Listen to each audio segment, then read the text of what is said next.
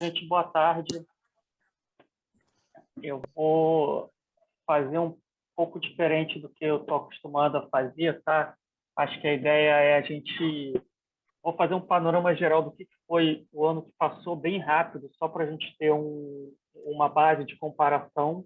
Depois eu queria fazer uma coisa aqui um pouco mais dinâmica, né? Então eu trouxe alguns gráficos, mas uns gráficos um pouco diferentes do que geralmente o pessoal está acostumado a mostrar. Não quero focar tanto em cenário econômico, que eu acho que, honestamente, tem pouca coisa nova acontecendo, e focar mais no que aconteceu no mercado e como é que está a nossa visão para o mercado ao longo dos próximos meses, aí, do próximo ano. Tá?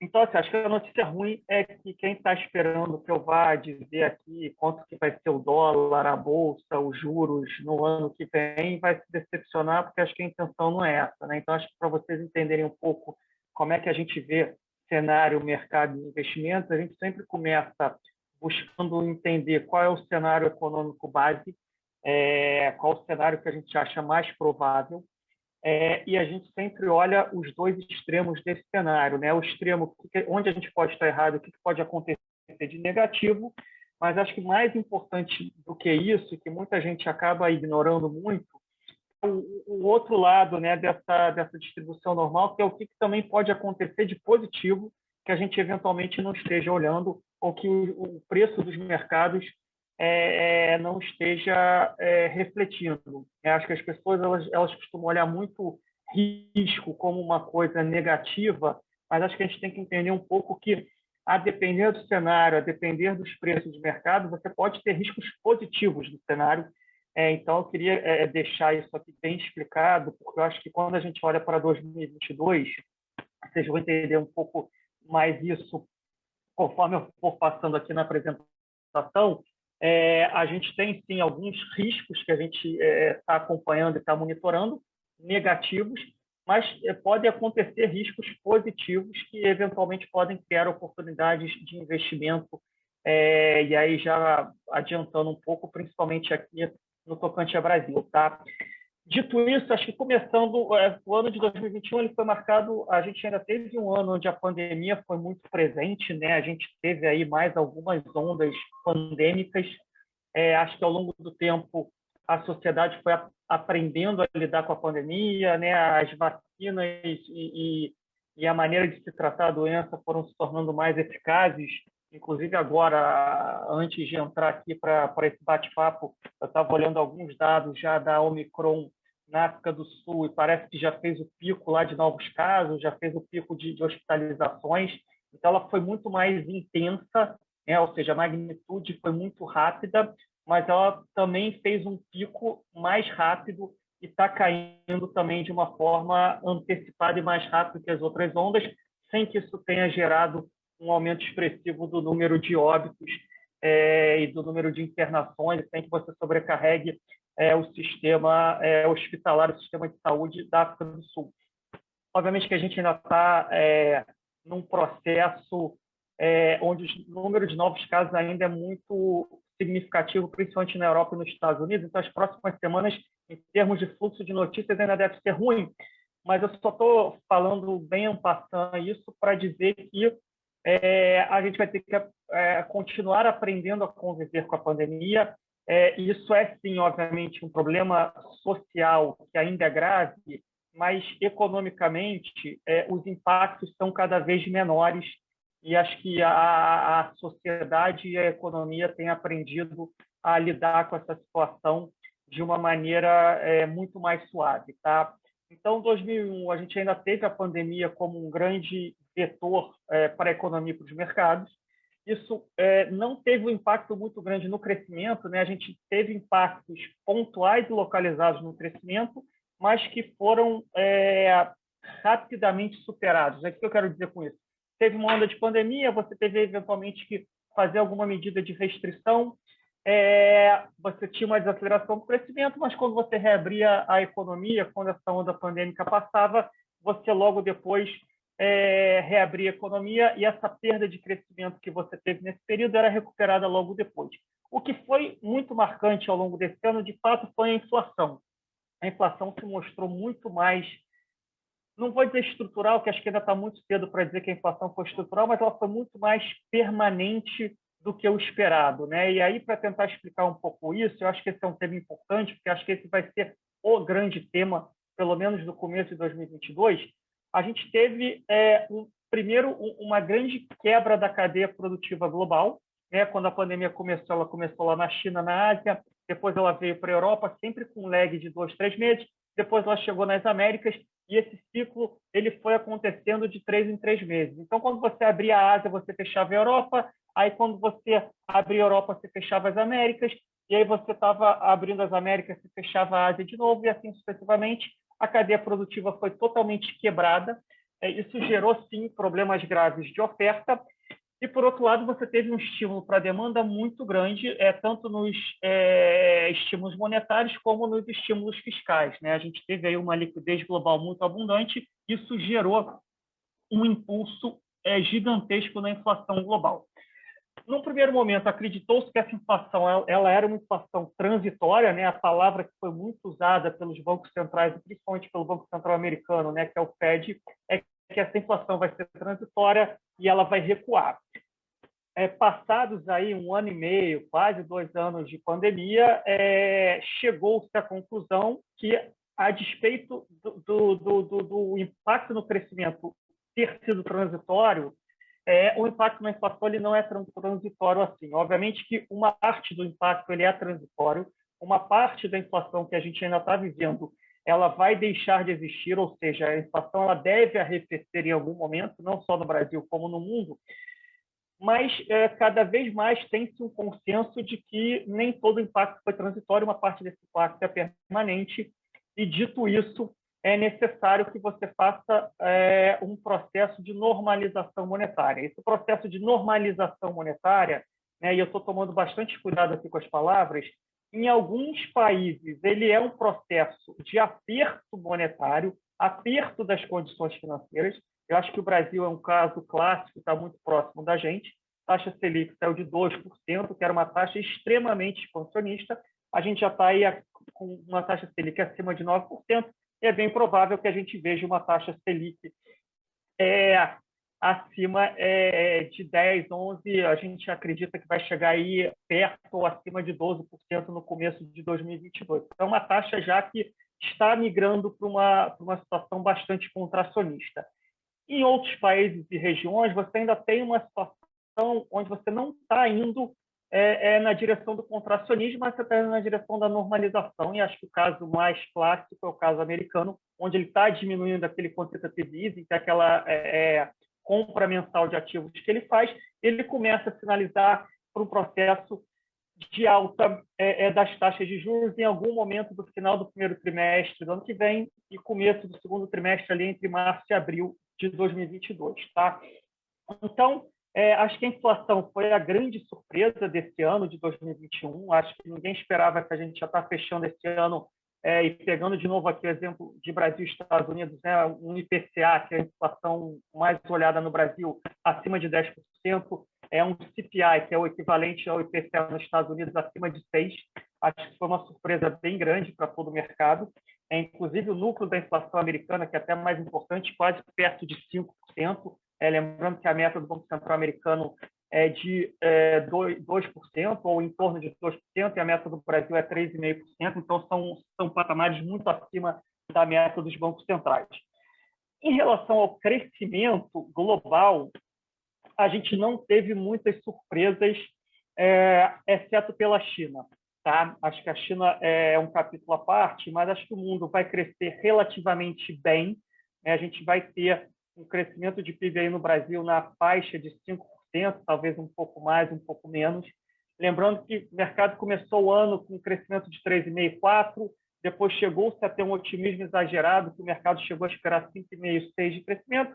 Vai fechar o ano aí perto de 5%, que é um crescimento já bastante alto, bastante satisfatório para o pós-pandemia. E a economia americana deve fechar também aí perto de 6% de crescimento. Essa mesma analogia, esse mesmo comentário vale para outras regiões, outros países do mundo, exceto pela China, que teve que conviver esse ano com um problema mais intenso do que se esperava no mercado imobiliário. uma parte induzida pelo próprio governo, mas, de fato, a China está passando aí por um processo da bolha imobiliária estar desinflando, né? Na China, tudo é muito diferente do mundo ocidental, então o governo tenta controlar um pouco todos os processos. Tem várias empresas do setor imobiliário chinês, de fato, passando por processos de reestruturação de suas dívidas, e isso tem afetado o mercado imobiliário. A gente tem quedas expressivas aí do número de transações de terras, número de transações de imóveis, e obviamente que isso tem um reflexo em toda a cadeia produtiva chinesa, toda a economia chinesa, e chegou-se a esperar aí um PIB chinês acima de 9% esse ano de alta, deve fechar com um PIB abaixo de 8%, aí na faixa de 7,7%, 7,8%, e a expectativa para o ano que vem é uma expectativa de um PIB bem mais baixo do que a gente estava acostumado no passado. A gente trabalha aqui com um número em torno de 5%, o mercado ainda tem um número acima disso, e a gente não se surpreenderia se o PIB chinês no ano que vem ele ficasse abaixo aí de 5%. Esse é o grande risco que a gente vê. Tá? Eu acho que, assim, de uma forma geral, em termos econômicos, falando de mundo, depois eu falo um pouco de Brasil, a grande surpresa foi a inflação. Né? A gente não teve grandes surpresas em termos fiscais, a gente não teve grandes surpresas em termos de crescimento, a inflação foi a grande surpresa. A gente ainda não teve impactos muito claros nos mercados, a gente vai ver que a gente teve alguns impactos por debaixo da superfície, mas é um tema que a gente vai continuar monitorando, a gente acha que é um tema que vai continuar a ser um problema para 2022. Tá? Falando aqui de Brasil, de fato, foi um ano para ser esquecido, né? Digamos assim. A gente teve um ano com a inflação muito mais alta do que esperada, a gente teve uma reversão rápida e acentuada do processo de política monetária e dos juros de mercado. Né? Eu vou mostrar um pouco isso aqui em gráficos. A gente teve uma piora fiscal muito grande, na verdade, uma perspectiva de piora fiscal. Né? Na verdade, os números fiscais correntes foram melhores do que as expectativas. A gente vai fechar com dados fiscais e de contas públicas muito melhores do que se esperava no começo do ano, mas a visibilidade fiscal para 2022 e para frente ficou muito baixa, porque a gente está entrando no ano eleitoral e a gente vai ter uma pressão por gastos muito grandes de toda a classe política. Tá? E aqui eu coloco executivo e legislativo. Tá? A gente já está vendo aí diversas medidas que estão sendo entre aspas, empurradas aí na goela da sociedade. Teve essa semana a aprovação do fundo eleitoral, quase perto de 5 bilhões de reais, e assim sucessivamente. Então, isso aqui foi um breve resumo do que a gente viveu em termos econômicos. Tá? Então, Brasil, inflação mais alta, crescimento dentro do esperado, fiscal melhor ocorrente, perspectiva para frente pior, contas públicas, contas externas, a gente não teve grandes novidades. Tá? Dito isso, eu vou abrir aqui uma apresentação que eu quero mostrar para vocês alguns números de mercado e eu vou pontuando para vocês. Deixa eu só... Onde é que eu share aqui? Eu vou pontuando para vocês o que aconteceu com o mercado, tá? E a gente vai falando das perspectivas para o ano que vem. Vamos lá, deixa eu abrir aqui, tirar isso aqui da minha tela. Vamos lá, acho que todos estão vendo a minha tela, né? Esse gráfico aqui, para a gente começar aqui, dar um pouco mais de dinamismo na nossa apresentação, ele mostra como é que foi a performance dos ativos de renda fixa, né? Ou seja, juros e crédito no Brasil ao longo desse ano. Tá? Então, vamos lá em ordem aí da tabela, tá? Quem não estiver conseguindo enxergar, CDI está fechando ano perto de 4%. O IDEX, CDI JGP, é um índice de crédito da JGP. Né? A única classe de ativo, como grande classe de ativo, né? Obviamente que você pode ter ganhado dinheiro eventualmente com a seleção de um ativo específico ou de um gestor específico, mas como grande classe, a classe de crédito privado é a única que se salvou esse ano, que está rendendo aí, por esse índice da JGP, 7,70, que é em torno aí de 150% do CDI, um pouco mais de 150% do CDI. Tá? O IFIX, que é o índice de fundos imobiliários listados, cai 6,58%. O IHSA, que é o índice de multimercados, sobe 1,56%, que é bem abaixo do CDI de 4%. O IMAB, que é o índice de NTNBs, o índice geral de NTNBs, cai 1%. O IMAB5, que é o índice de NTNBs curtas, sobe 3,96%. Por que isso acontece? Ele tem um efeito de carrego inflacionário muito alto. Né? Como ele tem todo o carrego da inflação, que vai ser acima de 10%, ele ganhou na inflação, mas ele perdeu na abertura de taxa de juros, então ele deu o CDI praticamente. O IMAB5+, que são as NTNBs longas, ele tem menos carrego de inflação e ele tem muito mais o impacto da abertura da taxa de juros. Então, ele caiu 5,59%. E o IRSM, que é o índice de juros pré-fixados, caiu 2,30%. Então, obviamente que eu não estou usando esse gráfico aqui como desculpa para performance, para nada, mas é para dar uma base geral do que aconteceu no mercado. Né? Então, só se o investidor ele tinha todo o dinheiro dele alocado em crédito privado, que, de novo, nunca é recomendável você ter toda a sua alocação numa única classe de ativo, você teria uma performance aí, digamos assim, bem acima do CDI e com alguma estabilidade. Tá?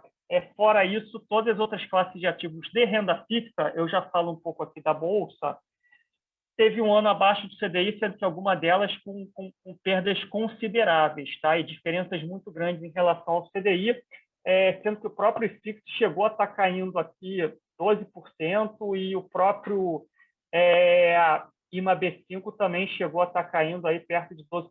Eles tiveram alguma recuperação aqui desde novembro, tá? Quando a gente bateu ali final de outubro, começo de novembro, a situação estava até muito pior do que ela está hoje. A gente teve aí alguma estabilização do mercado de juros no Brasil. Quando a gente olha para a Bolsa, tá? Deixa eu explicar aqui para vocês esse gráfico. A gente pegou os 10 maiores fundos de ações, a gente pegou os 10 maiores fundos de ações do Brasil que são independentes de grandes instituições financeiras que a gente considera que são os principais e os melhores fundos de ações do Brasil. Tá? Fundos que têm 10, 15 bilhões de reais, 18 bilhões de reais, assim sucessivamente. Tá? Esse índice, a linha azul, os dois gráficos são iguais. O primeiro gráfico à esquerda é um gráfico curto do ano e o gráfico à direita é um gráfico de 5 anos, desde final de 2016.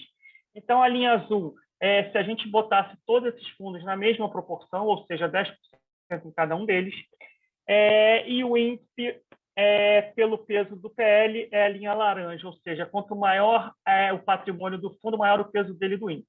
A gente plotou isso contra o Ibovespa, que é a linha cinza, e contra o Small Cap. O que esse gráfico aqui está dizendo, o gráfico da esquerda? A Bolsa cai ali perto de 10%, um pouco menos, e esses dois índices que a gente criou caem mais do que a Bolsa. Né? Um deles cai perto de 12% e o outro cai muito parecido com o Small Cap, perto de 15%. Ou seja, esse ano, os gestores, os melhores gestores do Brasil, os maiores gestores do Brasil, eles são os maiores, a gente considera eles os melhores, eles estão performando pior que a Bolsa. Eu vou explicar já para vocês o porquê. Tá?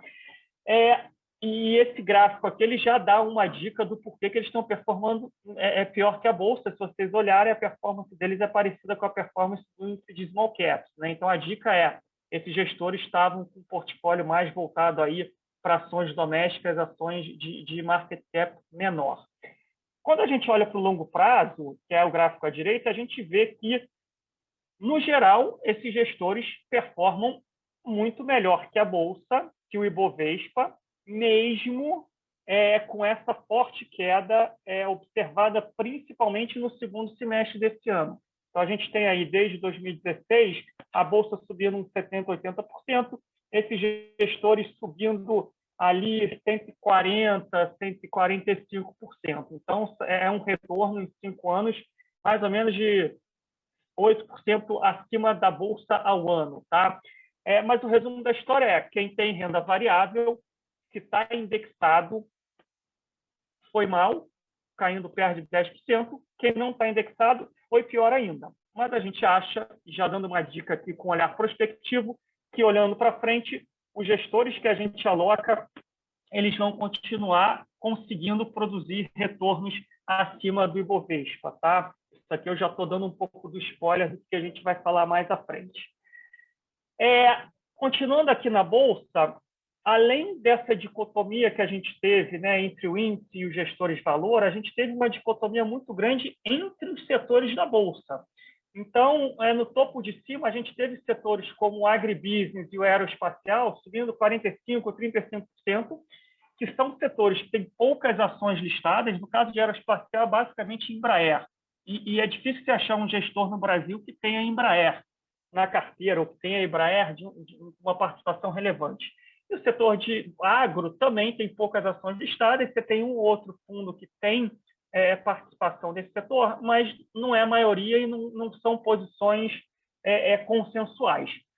Por outro lado, quando a gente olha para baixo dessa tabela, a gente vê que o setor de retail, que é o varejo, cai 40%, o setor de real estate, que é imobiliário, cai no 31%, o setor de healthcare e educação, saúde e educação, caindo 24%, o setor financeiro caindo 24%, o próprio setor de metal e mine caindo 9%, né, 8,8%. Então, assim, foram quedas expressivas, né? Acho que quem quer acompanhar o mercado de ações no Brasil mais no detalhe sabe que tem ações aí caindo 50%, 60%, 70%, até 80% dos picos que atingiram ali no primeiro, segundo trimestre do ano, tá? Então, de fato, foi um ano muito difícil para a Bolsa, e dependendo das ações que você está ou dos setores, foi um ano extremamente trágico, tá? Antes de eu começar a falar aqui do olhar prospectivo e falar um pouco também do cenário internacional, esse gráfico é os juros pré-fixados de janeiro de 2023. É um juros bem curtinho, de um ano, tá? Juros pré-fixados de um ano, e a gente pode ver que ele começou o ano ali perto de 4%, lembrando que a Selic era 2%, perto de 2%, e teve uma explosão, e acho que a palavra é de fato explosão, chegou a bater perto de 14% e estabilizou agora em torno de 11,50%. Acho que até aqui o meio do ano, junho, julho, né, o juro sair de 4 e para perto de 7 é até razoável, né? Eu não vou dizer até que é esperado, o mercado estava bastante dividido, tinha gente que achava que o Banco Central tinha que subir até esse nível, tinha gente que achava que não ia chegar nesse nível, mas acho que até um movimento razoável. A partir do final do primeiro semestre do ano, no segundo semestre do ano, o movimento deixou de ser razoável. Eu não estou dizendo que ele não deveria acontecer. Inclusive, a taxa de juros ela vai chegar a 10%, 11%, 12%. Quando eu falo que ela não é razoável, é que ela não era esperada. Acho que a palavra certa não é razoável. Foi um movimento totalmente inesperado. Tanto que quando a gente chegou aqui em outubro, que foi quando começou-se a falar em extensão do auxílio emergencial, furar o teto de gastos, etc., teve uma desancoragem muito grande das expectativas de inflação. Só que em outubro os juros saíram de 9 para 14 e, obviamente, que isso gera um impacto explosivo para todos os ativos do país, mas principalmente para esses setores da Bolsa que são mais dependentes de crescimento e de taxa de juros, que é o varejo, né? O brasileiro compra muito parcelado, o imobiliário, que também é um setor que depende muito de taxa de juros.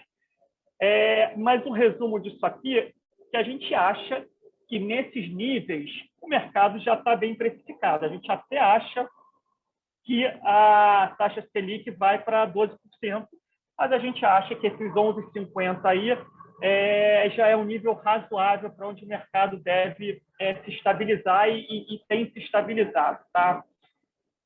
Entrando aqui no olhar mais prospectivo, né, que a gente está vendo para frente, né, eu vou falar um pouco de Brasil e um pouco de internacional, e aí eu falo também um pouco de cenário base e quais são os riscos em torno do cenário. Eu só vou pedir desculpa que tem um barulho aqui, tem um helicóptero pousando, mas eu vou continuar.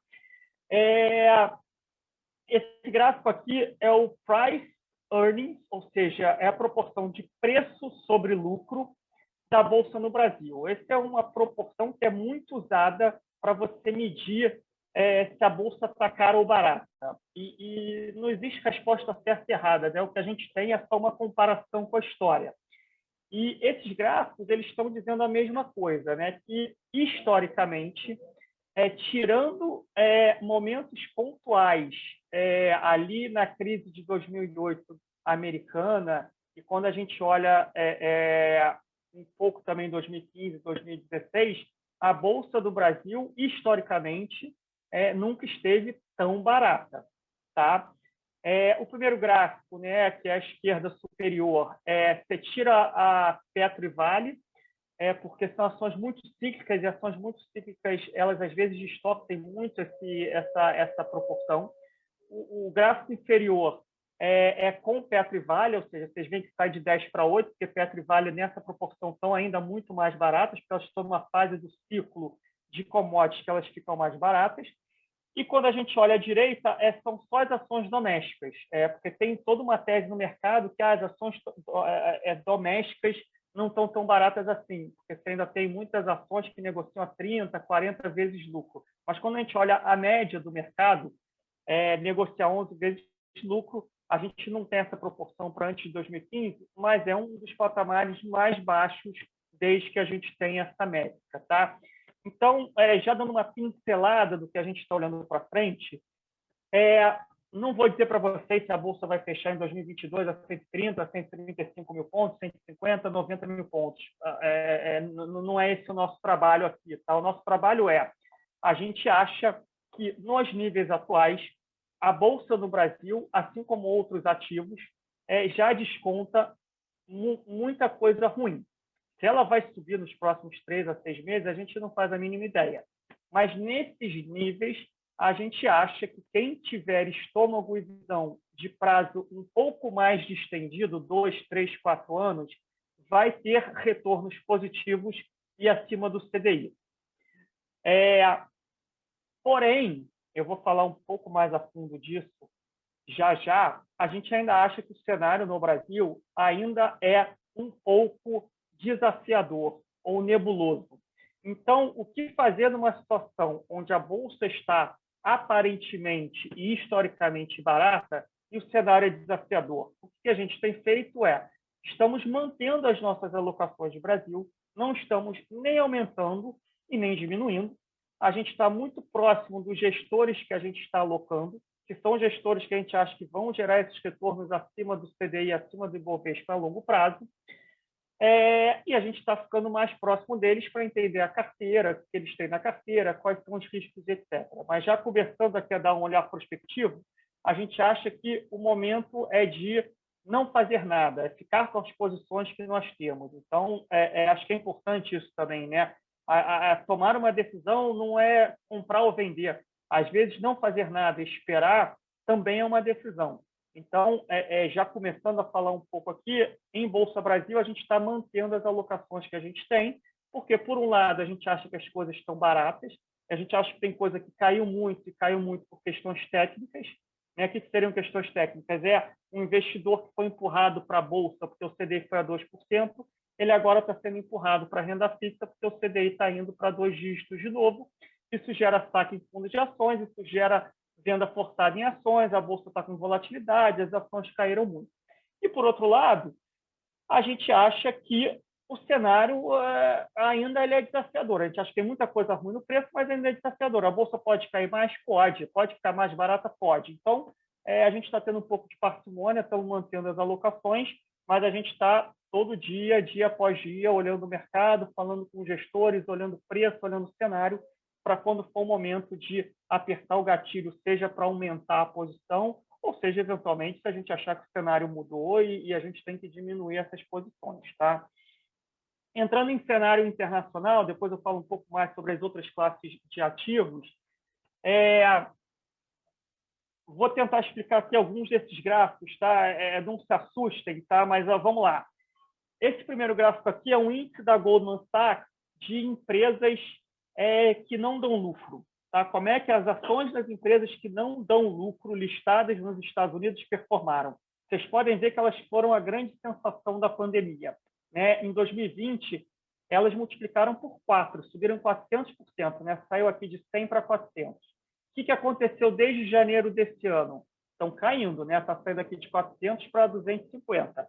Então, aconteceu alguma coisa aqui na pandemia, que na nossa visão foi o quê? uma injeção boçal de liquidez fiscal e monetária. As pessoas correram para essas ações alavancadas. Por que são alavancadas? São empresas que não dão lucro. E o que está acontecendo desde o começo desse ano? O mercado, a economia está se normalizando, a pandemia está se normalizando, e a gente começa a falar em retirada de estímulo, que foi o que eu falei aqui no começo da apresentação.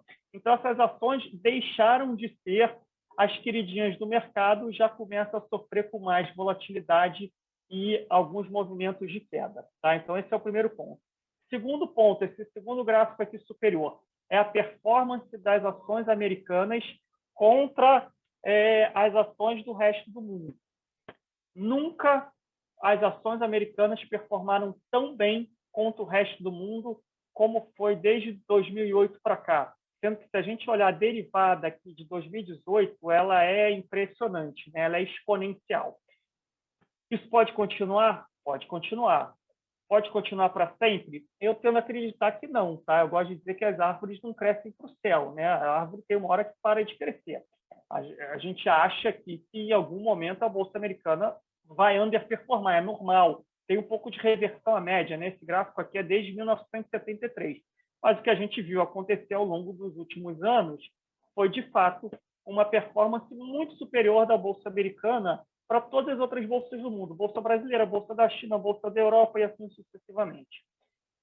Quando a gente olha esse gráfico aqui para a performance da Bolsa Americana esse ano, o S&P sobe uns 25%, 26% esse ano. Né? O S&P 500 é o principal índice de Bolsa Americana. Só que essa alta ela é muito concentrada. Se você pegar essas ações aqui, Apple, Microsoft, Google, Tesla e Nvidia, elas representaram 35% da alta do S&P. Ou seja, você teve 5 ações que representaram 35% da alta de um índice que tem 500 ações. Se você pegar as outras 493 ações da Bolsa Americana, na média aqui é perto de 0 a 0, 2% de alta, alguma coisa assim. Ou seja, se você não tinha essas 5 ações, você underperformou muito a Bolsa Americana. Por que eu estou mostrando isso aqui para vocês? Tanto aqui quanto aqui, mostra que, apesar do índice do Bolsa Americana estar subindo seus 25%, tem muita coisa diferente acontecendo por debaixo da superfície. Ou seja, já tem alguns sinais de incômodo do mercado, né? Com o quê? Com inflação alta, com o Banco Central Americano falando que vai subir juros, e assim sucessivamente. Tá? E para terminar esse slide aqui, isso é importante, porque é importante não só para os Estados Unidos, mas é importante para o Brasil, porque é óbvio que uma parte do que aconteceu em Brasil tem a ver com os nossos fundamentos, mas também tem a ver com a perda de liquidez. Né? Quando os Estados Unidos é o Banco Central do mundo. Quando o Banco Central do mundo ele enxurra o mercado com liquidez, nosso mercado melhora. Né? Não é à toa que a nossa bolsa chegou a bater ali 135 mil pontos no começo desse ano, porque você tinha muita liquidez. Quando a liquidez seca, o pessoal gosta de brincar, né? Quando você está na piscina, quando a água da piscina abaixa, né? O termo bonito, né? Você vê os ladrilhos que estão quebrados. O termo que o pessoal usa mais, entre aspas, aqui é você vê quem é que está pelado, quando a água da piscina baixa. Então, o Brasil não fez dever de casa, a Turquia não fez dever de casa, a Argentina não fez dever de casa. Eles acabam sofrendo mais, tá? Quando a gente pega aqui a performance da Bolsa Americana em momentos de alta de juros, qual o pior cenário para a Bolsa Americana? É quando o Banco Central Americano está subindo os juros e quando a inflação está alta. Tá? Aí a Bolsa Americana, na média, cai 7,5%. Que cenário que a gente está? Provavelmente o Banco Central Americano vai subir juros no primeiro para o segundo trimestre do ano que vem, e a inflação está 6%. Então, a gente tem que estar um pouco mais atento. Tá? Falando um pouco mais aqui de performance, tá? Olha a correlação, esse gráfico aqui, né? É a correlação da Bolsa Americana com a liquidez global. Quanto maior a liquidez global, mais a Bolsa Americana sobe. Qual é a nossa expectativa? É que a liquidez global ela comece a ficar estável e ano que vem comece a cair. Olha o que aconteceu aqui quando a liquidez ficou estável no final de 2019, começo de 2020. A Bolsa Americana despencou. Vai despencar se a liquidez cair? A gente não sabe, né? Pode ser que não aconteça, mas é um ponto de atenção. Essa tabela aqui é simplesmente esse gráfico aqui em números, sendo que ele também põe as 5 principais ações, foi o que eu falei, representaram 920 bases da alta de 25% do S&P, e as 25 principais ações representaram 15%. É só para mostrar mais uma vez para vocês que a alta da Bolsa Americana tem sido muito concentrada. E aqui é um pouco da performance dos principais classes de ativos globais, né? Então, ainda foi um ano muito bom para bolsas em geral, mas já foi um ano bem mais desafiador para a renda fixa. Tá? Então, ativos emergentes de renda fixa caindo mais 10%, ativos soberanos globais caindo 8%, e assim sucessivamente. Tá? Então, nem tudo foram flores nem para o mercado americano, a despeito de sim ter sido um ano muito bom para o mercado de renda variável. Tá?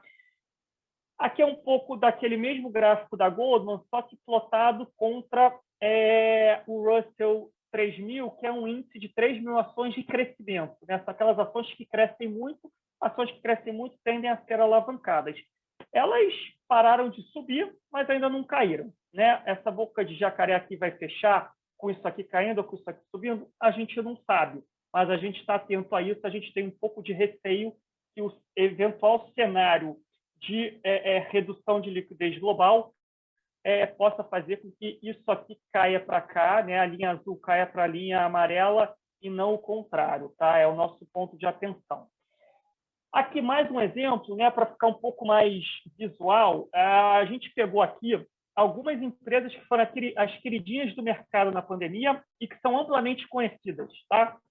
Então, aqui, Zoom. Zoom é a plataforma que a gente está usando aqui para fazer essa live e que muita gente usa para fazer conference call hoje em dia. Cai 40% no ano. A Zillow é uma empresa imobiliária americana pela internet. Cai 54% no ano. A DocuSign, que é aquela empresa que a gente assina documento, né, sem precisar ir em cartório e tal, assina eletronicamente, cai 33% no ano. O ARK Innovation Fund, que foi uma sensação no passado, é um ETF que só investe em ações de deep tech, de alta tecnologia, cai 24% no ano. A Alibaba é uma gigante chinesa, chegou a valer 700 bilhões de dólares, cai 50% no ano.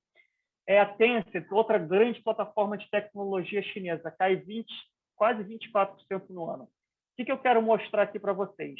De novo, né, a despeito da Bolsa Americana, o índice S&P está subindo 25%, tem muito ponto de atenção acontecendo por debaixo da superfície e que a gente precisa estar atento. Tá?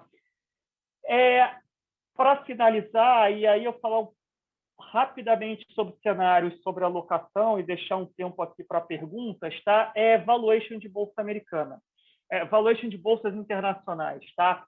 Aqui é aquele mesmo gráfico que eu mostrei para a Bolsa do Brasil, né? Que vocês lembram que era aquele valuation caindo para baixo até um pleonasmo, né? O valuation ruim, né? Muito barato.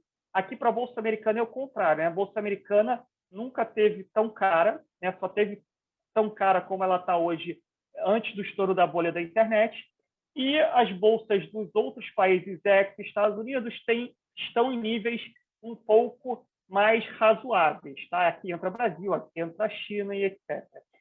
Quando a gente olha esse valuation por earnings yield, nunca teve tão cara a Bolsa Americana, só antes do estouro da bolha de tecnologia. Esse gráfico aqui é a relação quantas vezes receita está operando o S&P. Então, o S&P está operando a 3 vezes receita. O que eu quero dizer com isso? Se a receita de todas as empresas do S&P é de 100 bilhões de dólares, eu estou chutando um número redondo, tá? É como se o valuation todo do S&P fosse 300 bilhões de dólares, 3 vezes receita. Nunca esse valuation foi tão alto, nem na bolha da internet de 99, 2000, 2001. E a Bolsa Americana nunca foi tão concentrada. As 5 maiores empresas americanas representam hoje 25% do S&P. Então, com isso, eu vou passar aqui para falar um pouco do que a gente espera de cenário. Eu vou tentar terminar e fazer o fechamento aqui em 1 hora, eventualmente deixar umas perguntas para o final. O que a gente está vendo olhando para frente? Tá? Eu vou deixar essa tabela aqui, a tabela da nossa carta mental. Para o Brasil, cenário ainda é um cenário desafiador. Né? A gente não está aqui para vender sonhos. O cenário ainda é em inflação alta, ela vai arrefecer, né? Obviamente, não dá para acreditar que ela vai ficar 10% de novo. A gente acha que é algo em torno de 5,5%, 6%, que ainda é uma inflação muito alta. Isso vai fazer com que a taxa de juros continue elevada, né? Então, ali é 11% com 12%. Isso já está afetando o crescimento, não é nem que vai afetar o crescimento, já está afetando o crescimento. Então, se o PIB do Brasil não crescer, né, ficar no 0 a 0, a gente acha que já vai ser um grande sucesso para o Brasil ano que vem. E a pressão fiscal vai ser gigantesca, né? Ano eleitoral, disputa acirrada, um Congresso que precisa se reeleger ou precisa eleger os seus partidos, um presidente que está tentando a reeleição e que está indo cada vez mais para o populismo. Então, é um cenário ainda muito turvo. Só que, como eu mostrei aqui, já tem muito disso no preço, né? A bolsa está mais barata até do que 2008, que foi a maior crise do século, né? Acho que teve ali uma crise em 29, que talvez tenha sido um pouco pior, mas tem muita coisa ruim no preço. Então, como eu adiantei aqui para vocês, a gente está no neutro em Brasil. Nesse momento, a gente não quer nem aumentar, nem diminuir. A gente quer ficar do jeito que a gente está. E a gente está monitorando, né? O que a gente tem feito é trabalhado com proteções. Quando a bolsa foi nos 100 mil pontos, a gente colocou as últimas proteções que a gente tinha no bolso. A gente teve ganhos ali de 3 a 5%, 3 a 5 vezes o que a gente alocou nessas proteções para os portfólios que têm mandato para isso. Deu um conforto aí para alguns portfólios, né? Amortecer um pouco a queda da bolsa, mas o momento para a gente é de esperar. Estados Unidos e Europa é um pouco que eu mostrei aqui. A gente acha que o cenário ele ainda não é ruim, mas a gente acha que tem muita coisa cara, né? Na verdade, acho que a Europa é um cenário que é um pouco mais desafiador de crescimento. Para os Estados Unidos, o crescimento não é um problema, mas a gente acha que a inflação vai ser um problema e a gente acha que os preços estão muito altos. Então, a gente está abaixo da média. Nesses níveis, a gente não tem apetite para ter muita alocação nesses dois mercados.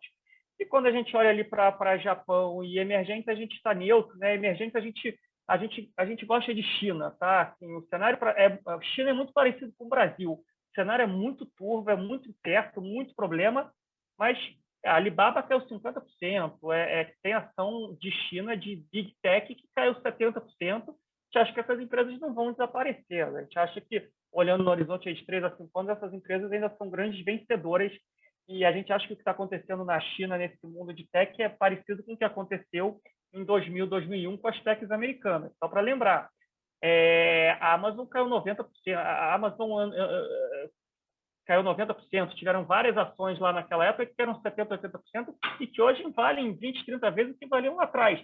Agora, tiveram ações de empresas que faliram. Então, você tem que estar nas ações corretas, nos gestores corretos que vão, de fato, achar quais são essas empresas que vão ser as grandes vencedoras. Tá?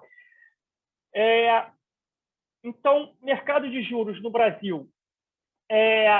A gente andou aumentando as posições, principalmente em papel pré-fixado e principalmente em IPCA+, né, NTNB e ativos de crédito, que a gente fala um pouco mais lá embaixo. A gente acha que nos níveis que estão as NTNBs todas pagando IPCA +5, quase a curva toda, e os juros pré-fixados, chegou a ter bastante oportunidade de pré-fixados de 4, 5 anos, coisa dentro do FGC, de bancário, pagando 12, 13, 14%. A gente aumentou. Aqui vocês veem o histórico, né? A gente aumentou, a gente tinha aumentado, reduzimos, voltamos a aumentar. Aqui na bolsa a gente veio diminuindo. Então, de novo, vai ter volatilidade, né? O pré ele estabilizou, mas ele está volátil, mas a gente acha que é um bom carrego. E renda fixa global, a gente está abaixo da média, porque o juro americano ainda é 0, juro de mercado 10 anos é 1,5, e a gente acha que tem um problema inflacionário ali que pode ser um grande risco para o mercado. A gente não quer ter renda fixa soberana global, tá? Nem desenvolvido, nem emergente. Parcela de crédito, acho que o nosso grande call que foi acertado esse ano foi estar acima da média em crédito high yield Brasil, né? Vocês viram lá naquele meu primeiro slide as alocações, aquele índice da JGP dando 7,70. A gente tem aqui um conjunto de fundos que a gente aloca e é a maior alocação dos nossos portfólios dos clientes, rendendo aí CDI mais 4, 5, 6. Então, foi uma alocação acertada e a gente acha que vai continuar sendo. Tem que ser uma alocação diversificada, mas é um mercado que a gente está muito otimista, a gente está vendo muita coisa acontecendo, muitos deals saindo e a gente continua otimista com esse mercado. A parcela high grade, que são aqueles ativos mais AAA, já estão com taxas um pouco mais espremidas, né? CDI mais 1,5. Então, a gente prefere estar neutro, a gente não acha que tem nenhum problema, a gente acha que são ativos mais líquidos, a gente não quer estar abaixo da média, mas a tendência se tiver mais fechamento de spread, eventualmente a gente ir para baixo da média. E crédito lá fora, global, tanto high yield quanto high grade, a gente não gosta. As taxas ainda estão muito espremidas, pouco premium, a gente prefere olhar de fora, tá? E soberano, global soberano, a gente botou ali no -2, que é o máximo que a gente pode ter abaixo da média, porque a gente acha que a inflação pega esse mercado na veia, é a nossa grande preocupação no mercado que a gente acha que a precificação está muito espremida. Tá? Mercado de câmbio, a gente não tem nenhum viés por hora. O dólar tem estado mais forte no mundo, porque o Banco Central americano, a inflação americana está mais alta do que no resto do mundo, e o Banco Central americano está tendo que atuar de uma maneira um pouco mais brusca do que o esperado, mas a gente ainda não está preparado para mudar essa nossa inclinação em FX. Tá? E aonde a gente também está bastante otimista, e vocês podem ver aqui nessa última tabela, é de fato a parte de alternativos. Tá? Então, multimercado Brasil, a gente está neutro, a gente tem optado por alocações em fundos quantitativos, fundos de retorno absoluto que operam no mercado de bolsa, mas sem viés comprado ou vendido, e fundos macro descorrelacionados, tá? Mas a gente está neutro. A gente ainda gosta de imobiliário Brasil, a gente andou aumentando imobiliário Brasil, né? Tem uma correlação muito grande com os juros, então quando os juros abrem muito, os fundos imobiliários caem, isso aconteceu, a gente está vendo bastante oportunidade nesse mercado. Vai ter volatilidade, não vai ganhar dinheiro de uma hora para outra, mas o carrego já está muito bom e a gente acha que em algum momento vai ter um ganho expressivo de capital nesse mercado. A gente tem aumentado bastante a nossa alocação em líquidos, private equity, venture capital. A gente, em breve, vai dar boas notícias aí de marcações para os nossos clientes, que têm alocações em alguns fundos de private equity, venture capital. Tá? Não quero antecipar aqui, mas acho que ao longo das próximas 2, 3 semanas a gente vai ter notícias bastante positivas e a gente tem expandido e aumentado nossas alocações nessa frente. Commodities, a gente tem um problema de oferta e demanda em algumas commodities, então tem dado suporte para algumas commodities, principalmente para petróleo, alguma coisa para minério, né? Apesar do minério ter caído, ainda está num patamar bastante alto. Hedge fund, a gente tem um produto específico de hedge fund, tanto para o investidor local quanto para o investidor lá fora. A gente continua buscando gestores ativos e de retorno absoluto que conseguem ganhar dinheiro em qualquer cenário. A gente acha que o cenário de mais volatilidade vai favorecer esses gestores. Tá? E para finalizar aqui, deixar 5 minutos finais para perguntas. Imobiliário global, a gente está neutro, tem oportunidades específicas em alguns mercados, mas tem outros mercados que também estão muito esticados. A gente prefere estar neutro nesse momento. Tá? Era isso que eu tinha para falar. Vou abrir aqui para perguntas.